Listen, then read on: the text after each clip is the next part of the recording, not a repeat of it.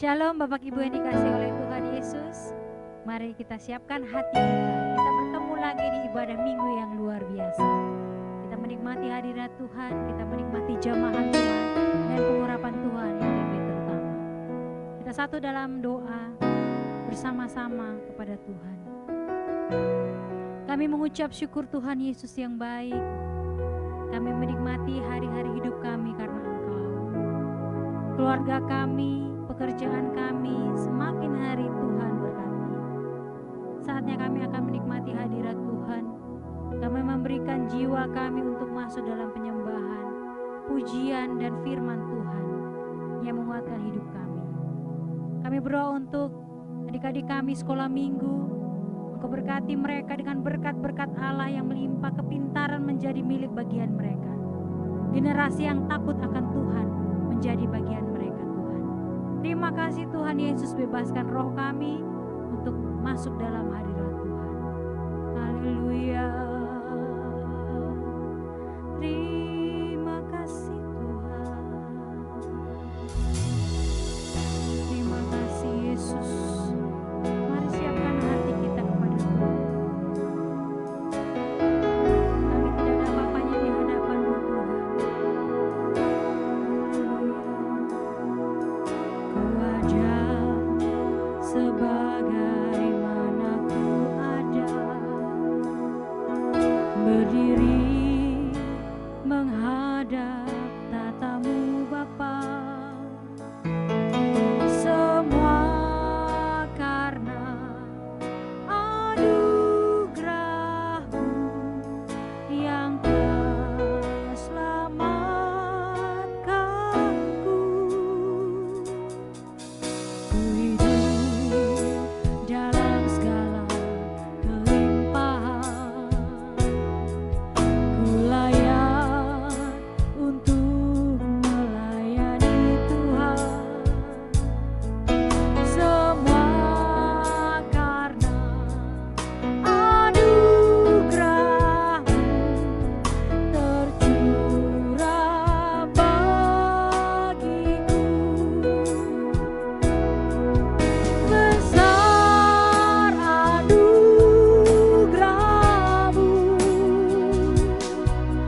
berlimpah kasih-Mu, semakin hari semakin bertambah. Besar anugerah. Mari kita katakan dengan hati kita bagi Tuhan. Haleluya. Terima kasih Tuhan. Ada sebagaimana ku ada, berdiri menghadap matamu Bapa. Semua karena anugerah-Mu tercurah bagiku. Besar anugerah-Mu, berlimpah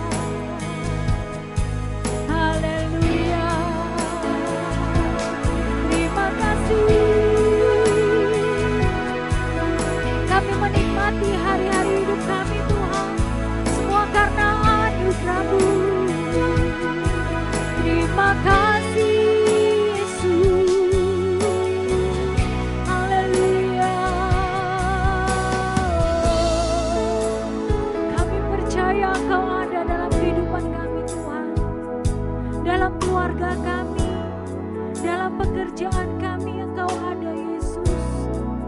Terima kasih.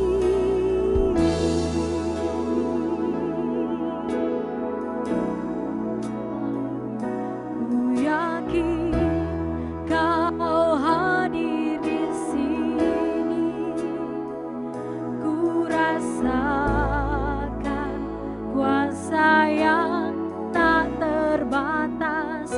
Ku yakin Kau nyata di sini. Kemenangan terjadi di sini. Ku yakin Kau hadir di sini. Ku rasakan kuasa yang tak terbatas. Ku yakin Kau nyata di sini. Kemenangan terjadi di sini. Mari kita angkat tangan kita bagi Tuhan dan katakan, ku yakin Kau hadir di sini. Ku rasakan kuasa yang tak terbatas. Ku yakin Kau nyata di sini. Kemenangan terjadi di sini. Kesembuhan, kesembuhan terjadi di sini. Kemenangan, kemenangan terjadi di sini. Haleluya. Kemenangan terjadi bagi kami Tuhan. Haleluya. Berikan kemuliaan dan sorak-sorai bagi Tuhan. Kita menikmati musim yang baru bersama-sama dengan Tuhan. Karena Tuhan, kita dapat melakukan segalanya. Haleluya. Mari kita joget bersama-sama. Berikan senyum kiri kanan yang terbaik bagi Tuhan Yesus. Haleluya. Na na na na na na na. Na na na na na na na na na. Na na na na na na na na na. Na na na na na na na na na. Musim baru telah tiba, sukacita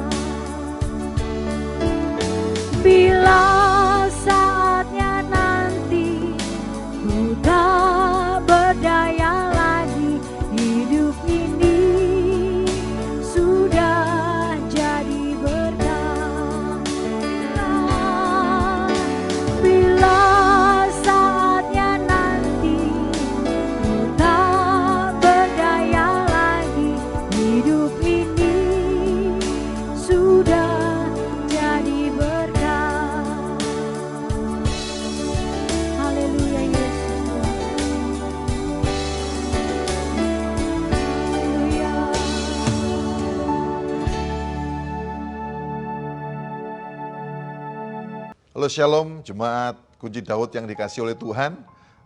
Dan setiap orang yang melihat tayangan video ini, Tuhan Yesus berkati kita semuanya.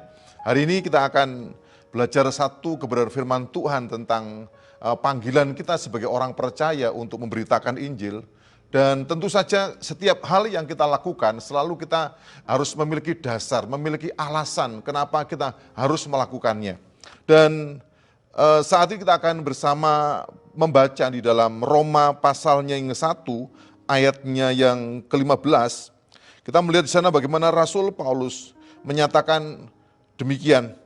Itulah sebabnya aku ingin untuk memberitakan Injil kepada kamu juga yang diam di Roma.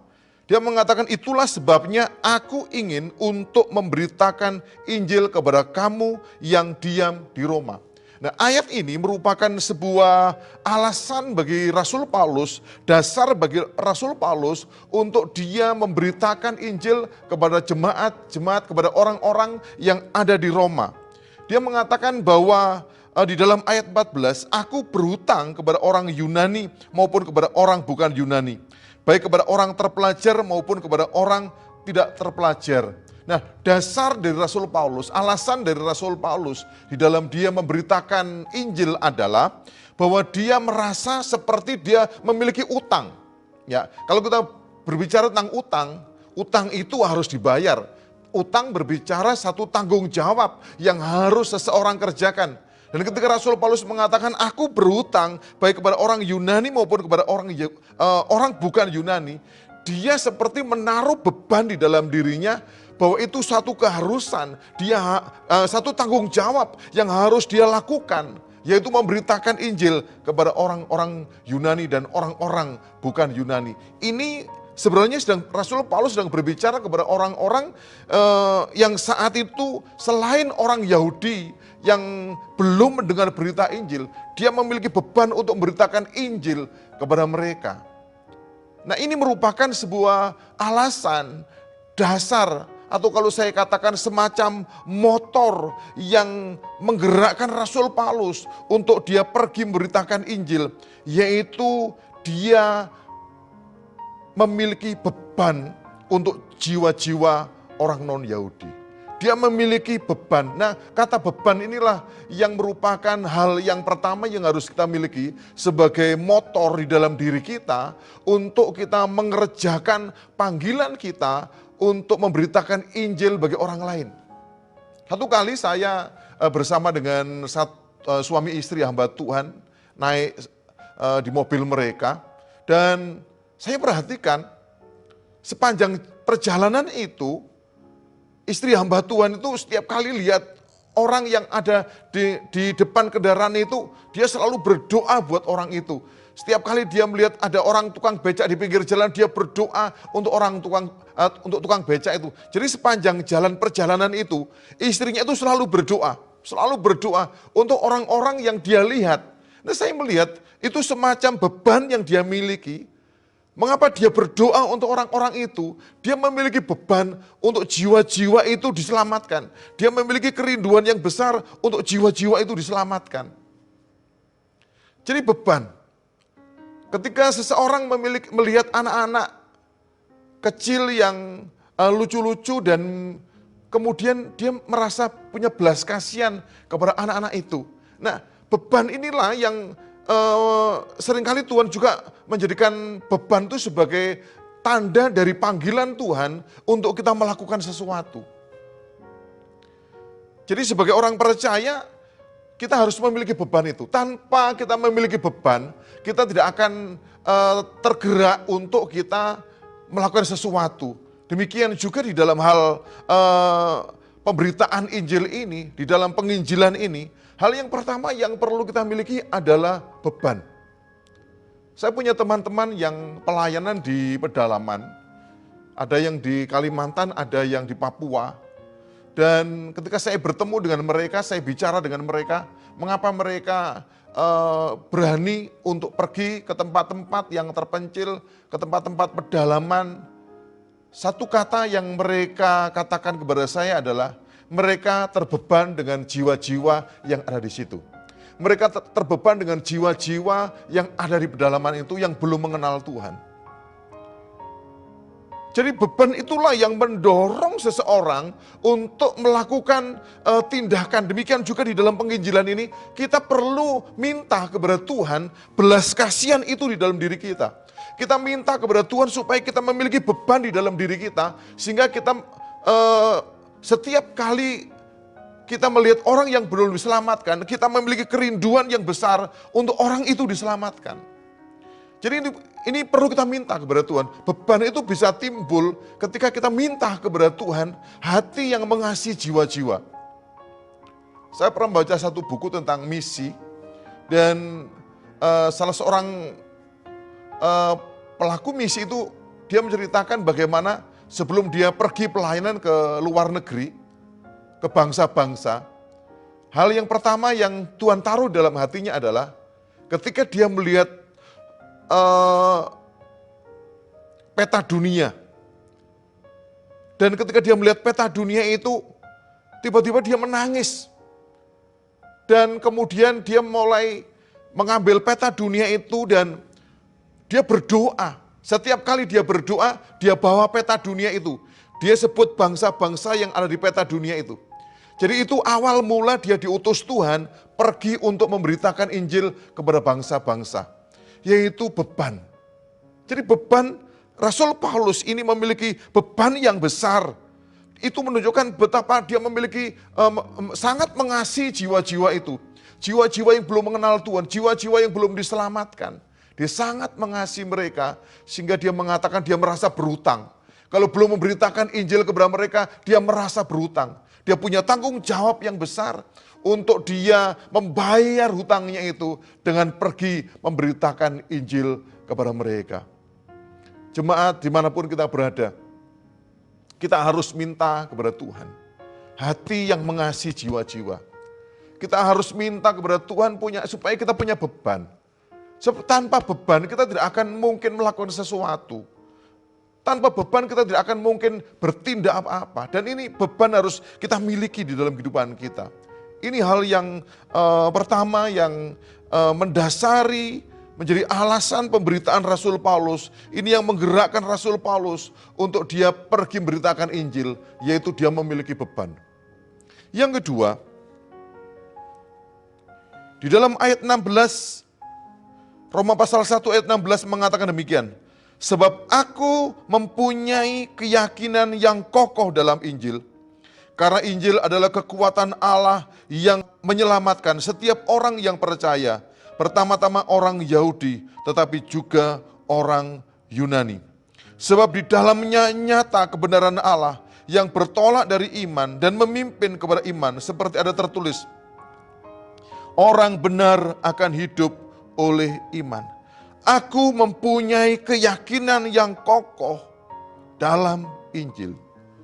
Seorang yang rindu untuk memberitakan Injil. Seorang yang mau dipakai Tuhan untuk memberitakan Injil. Hal yang kedua yang harus dia miliki adalah dia harus memiliki keyakinan yang kokoh terhadap Injil. Artinya dia harus memiliki iman yang kokoh. Kalau kita berbicara tentang Injil, Injil itu berbicara tentang satu pribadi, yaitu Tuhan Yesus. Injil itu berbicara tentang Tuhan yang mengasihi manusia, Tuhan yang datang ke dalam datang ke dalam dunia menjadi manusia, yang lahir menjadi manusia. Kemudian dia mati, dikuburkan, dia bangkit, dia naik ke surga. Injil berbicara tentang kehidupan Yesus, karya keselamatan dari Allah melalui Tuhan Yesus. Jadi ketika kita memberitakan Injil, maka fokus pemberitaan kita itu adalah Tuhan Yesus. Nah, oleh karena itu kita harus memiliki keyakinan yang kokoh di sini. Memiliki keyakinan iman yang kokoh terhadap Tuhan Yesus.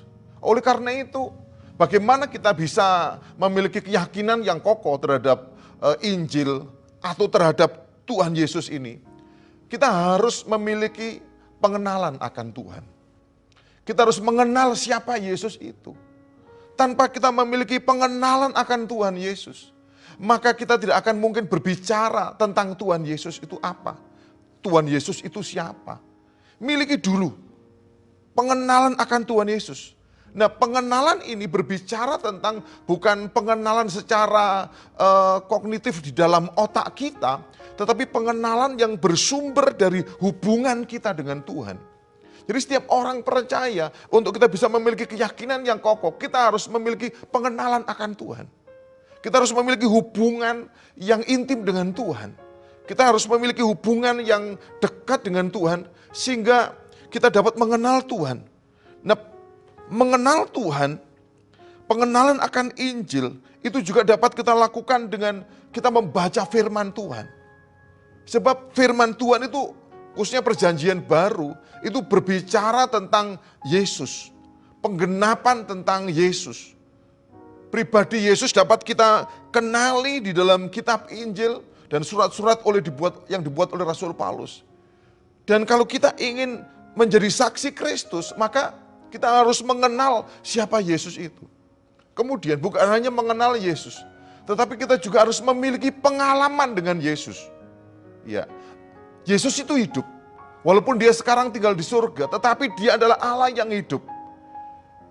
Kita sebagai orang percaya memiliki kesempatan untuk kita dapat mengalami kehidupan berjalan bersama dengan Tuhan Yesus. Kita mengalami mujizat Tuhan, kita mengalami pertolongan Tuhan, kita mengalami penyertaan Tuhan. Nah, pengalaman-pengalaman kita sebagai orang percaya berjalan dengan Tuhan inilah yang dapat menjadi dasar bagi kita untuk kita bisa bersaksi bagi orang lain. Pengalaman-pengalaman ini yang akan membuat kita kokoh di dalam iman kita. Seringkali kita ini kan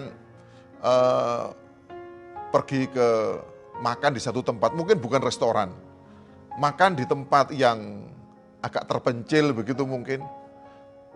Tetapi kita memiliki pengalaman makan di situ, cara penyajiannya luar biasa, makanannya enak, murah. Nah, ketika kita memiliki pengalaman seperti ini, maka dengan mudah sekali kita itu merekomendasikan warung ini kepada orang lain. Kita tidak akan mungkin menceritakan kepada orang lain sesuatu yang kita tidak pernah alami. Ketika kita yakin bahwa makan di situ enak, makan di situ sehat, kita akan merekomendasikannya kepada orang lain. Jika kita tidak pernah ke situ, kita mungkin mengatakan, kata orang di situ loh enak. Makan di warung itu enak, kata orang tetapi kita tidak pernah mengalami rasanya seperti apa, masakannya seperti apa. Oleh karena itu kita perlu sekali untuk mengalami terlebih dahulu. Dan saya sampaikan, Allah yang kita sembah Tuhan Yesus, itu adalah Allah yang hidup. Setiap orang percaya memiliki potensi untuk kita bisa mengalami Tuhan di dalam hidup kita. Kita bisa mengalami jamahan Tuhan ketika kita sakit. Kita mengalami mujizat Tuhan ketika kita membutuhkan pertolongan. Nah, pengalaman-pengalaman inilah di samping itu akan mengokohkan iman kita. Itu juga dapat menjadi dasar kesaksian kita kepada orang lain. Betapa Tuhan yang kita sembah adalah Tuhan yang hebat, Tuhan yang hidup, Tuhan yang menyelamatkan. Saya percaya setiap kita tidak akan mungkin merekomendasikan sesuatu kepada orang lain kalau kita sendiri ragu-ragu dengan hal tersebut. Contoh, saudara, hari ini kan banyak orang sakit kena COVID-19 ini. Ketika ada orang yang sakit, kemudian dia tiba-tiba minum obat tertentu dan dia langsung sembuh. Wah, ini akan menjadi sebuah berita yang menarik. Saya sembuh karena ramuan ini, saya sembuh karena obat ini. Dan kita akan merekomendasikan kepada orang lain untuk mengkonsumsinya. Karena kita tahu bahwa obat itu secara efektif telah menyembuhkan sakit kita. Nah, kita secara umum kita itu biasa merekomendasikan makanan, obat, atau tukang pijet kepada orang lain. Ya karena kita sendiri telah mengalami itu. sehingga kita bisa merekomendasikannya kepada orang lain. Jadi jemaat, kalau kita semuanya rindu untuk kita dipakai oleh Tuhan, kalau kita rindu bahwa Tuhan bekerja di dalam kehidupan kita, kita menjadi kesaksian, maka dua hal yang pertama yang harus kita miliki adalah kita harus memiliki beban. Yang kedua, kita harus memiliki keyakinan yang kokoh, atau kita memiliki iman yang kokoh. Itu dua hal yang penting. Ya, dua hal yang penting yang harus kita miliki. Tetapi saya mau katakan, dua hal ini tidak cukup. Tidak cukup. Misalnya, kalau ada mobil atau motor, mesinnya bagus, semua yang ada di kendaraan itu semua berfungsi dengan baik.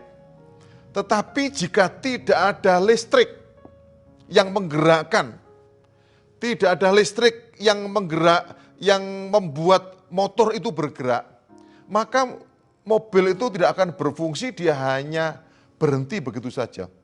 Oleh karena itu setiap kendaraan selalu ada starter, kecuali sepeda pancal, itu tidak perlu ada starternya. Tetapi semua kendaraan yang memiliki mesin itu ada starternya.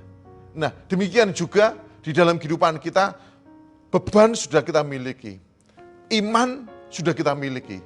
Tetapi kita perlu faktor penggerak yang bisa menggerakkan beban kita, yang bisa menggerakkan iman kita, yaitu yang ketiga adalah kita perlu pribadi Roh Kudus.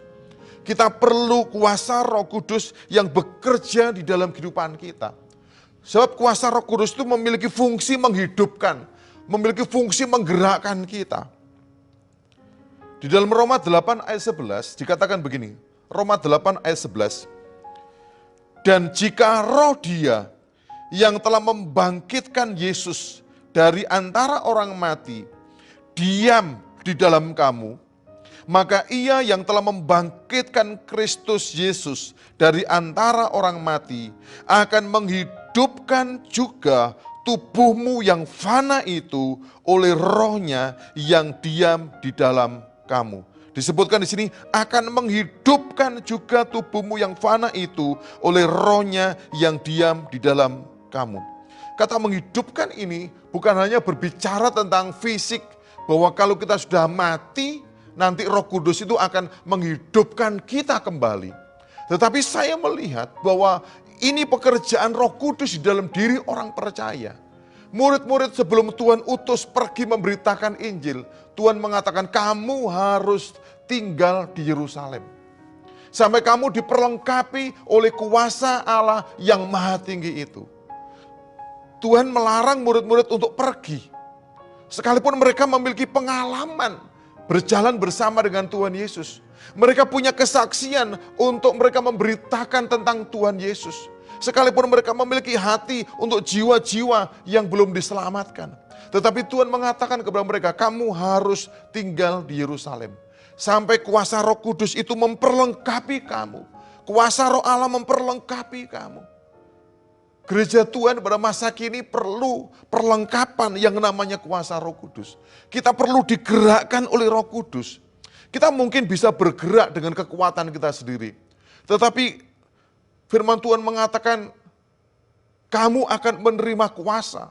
Kisah Para Rasul 1 ayat 8 mengatakan, kamu akan menerima kuasa. Kalau Roh Kudus itu turun atas kamu, dan kamu akan menjadi saksiku di Yerusalem, Yudea, Samaria, dan sampai ke ujung bumi. Kita perlu kuasa Roh Kudus. Mengapa kuasa Roh Kudus? Roh Kudus memiliki kuasa di dalam kehidupan kita, bukan hanya menggerakkan kita, tetapi seperti kuasa Roh Kudus juga yang bekerja di dalam Tuhan Yesus. Kuasa Roh Kudus ini itu akan menolong kita untuk dapat memberitakan Injil dengan kuasa Allah, bukan dengan kekuatan kita. Artinya begini, bahwa ketika kita memberitakan Injil dan kuasa Roh Kudus, orang itu diteguhkan imannya, bukan oleh karena perkataan kita, tetapi kuasa Roh Kudus itulah yang akan meneguhkan perkataan kita. Sebab tidak seorang pun yang dapat mengakui Yesus itu adalah Tuhan kalau bukan karena Roh Kudus. Sekali lagi, tidak seorang pun yang dapat mengakui Yesus itu adalah Tuhan kalau bukan karena Roh Kudus.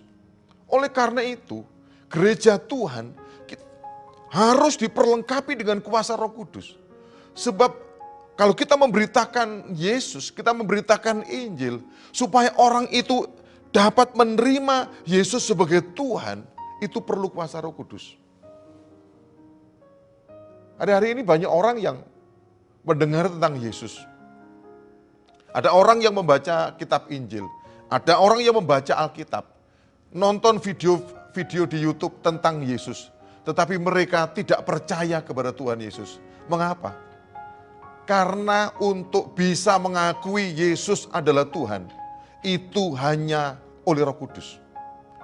Sehingga kita perlu diperlengkapi oleh Roh Kudus. Gereja perlu dipenuhi oleh Roh Kudus. Sehingga ketika kita memberitakan Injil bukan dari otak kita, tetapi bersumber dari kuasa Roh Kudus. Nah, firman Tuhan mengatakan bahwa Roh Kudus itulah yang akan menginsafkan orang akan dosa.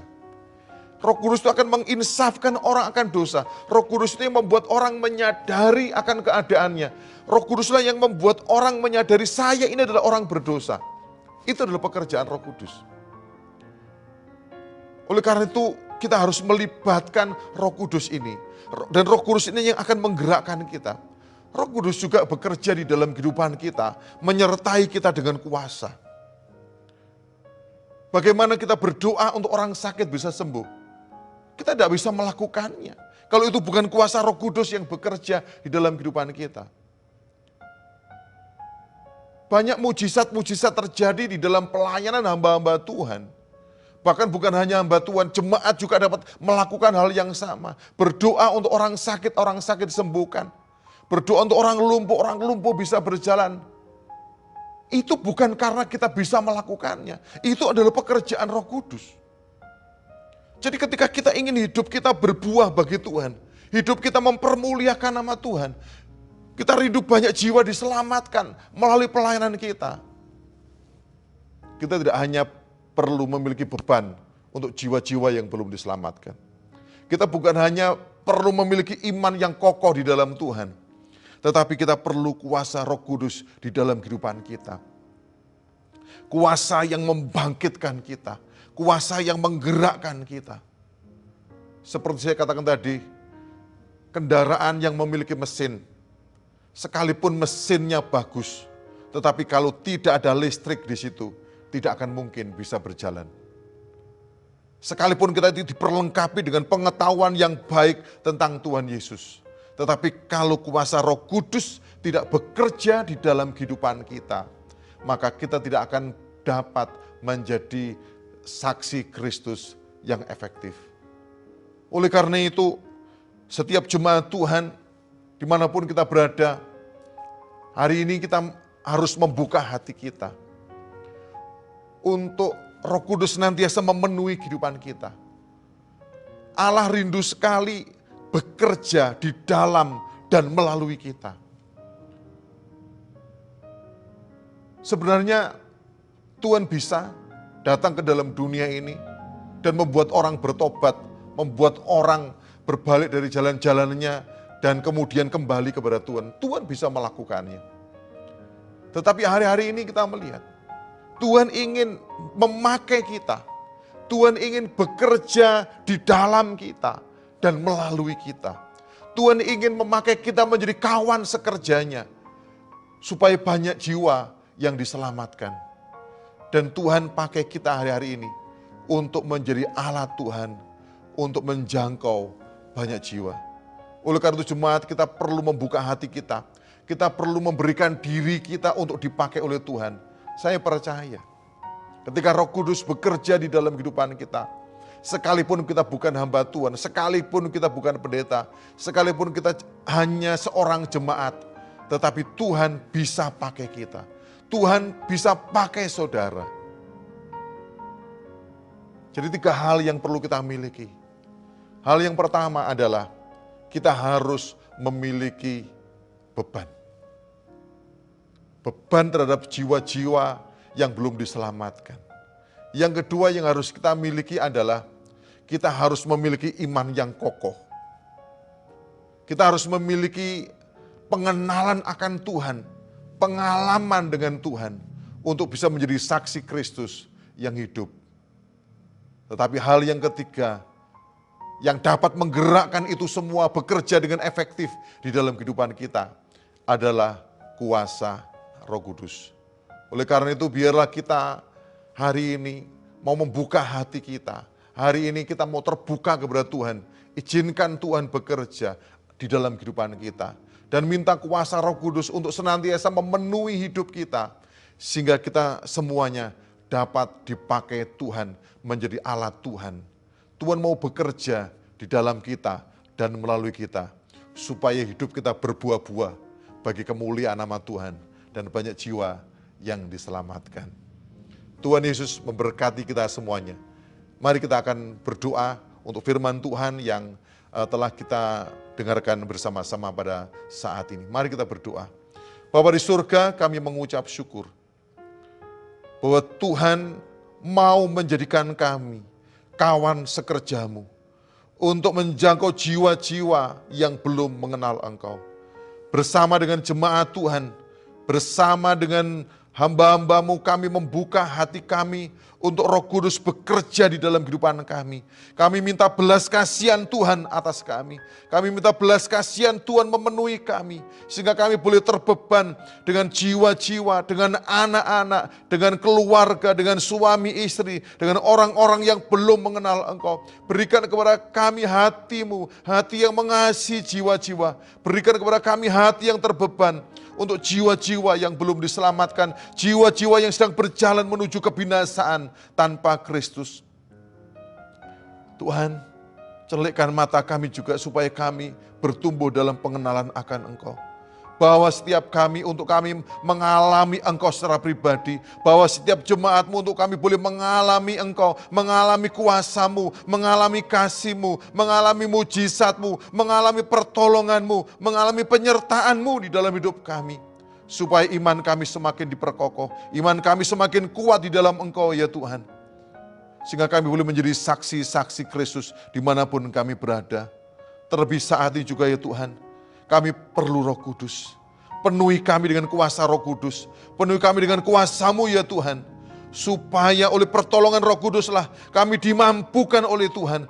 Oleh kuasa Roh Kuduslah ketika kami memberitakan Injil, orang boleh membuka hatinya untuk Engkau. Oleh kuasa Roh Kuduslah jiwa-jiwa boleh diteguhkan imannya untuk percaya kepadamu. Dan bila oleh perbuatan-perbuatan Roh Kudus dalam kehidupan kami, mujizat-mujizat Tuhan boleh terjadi dalam pelayanan kami. Kuasa Allah dinyatakan melalui pelayanan kami ya Tuhan. Orang-orang disembuhkan, keluarga-keluarga dipulihkan melalui pelayanan kami.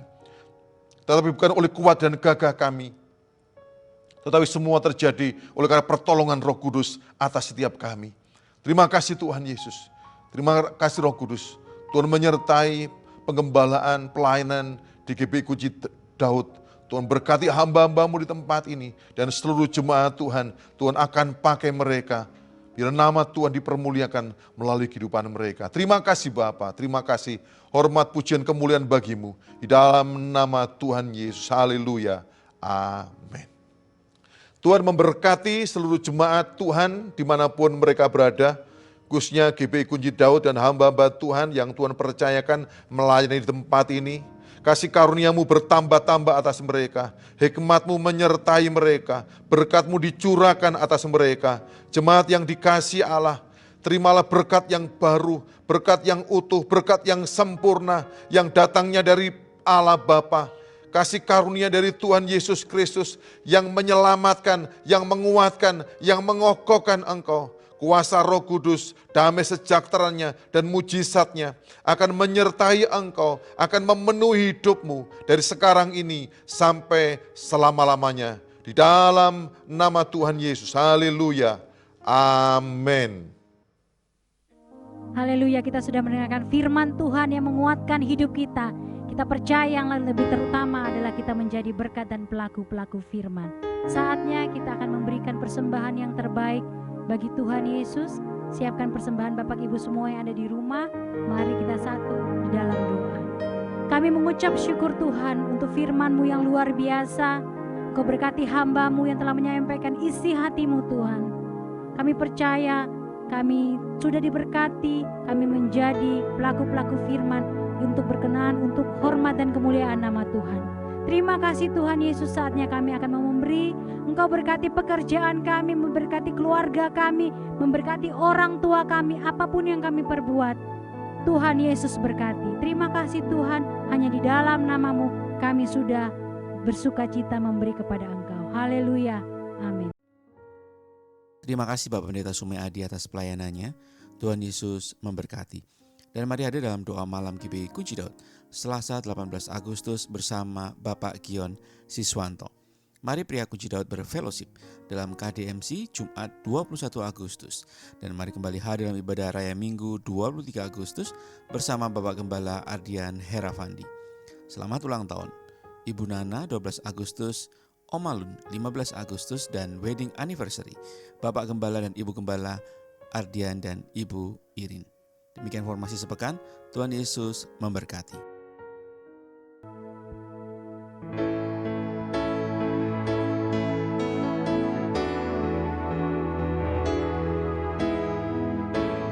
Bila Kau yang membuka pintu, tak ada satupun dapat menutupnya.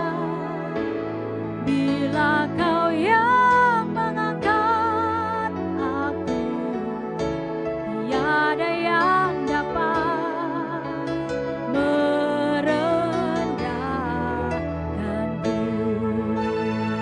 Mari kita angkat tangan kita bagi Tuhan Yesus, sama-sama katakan.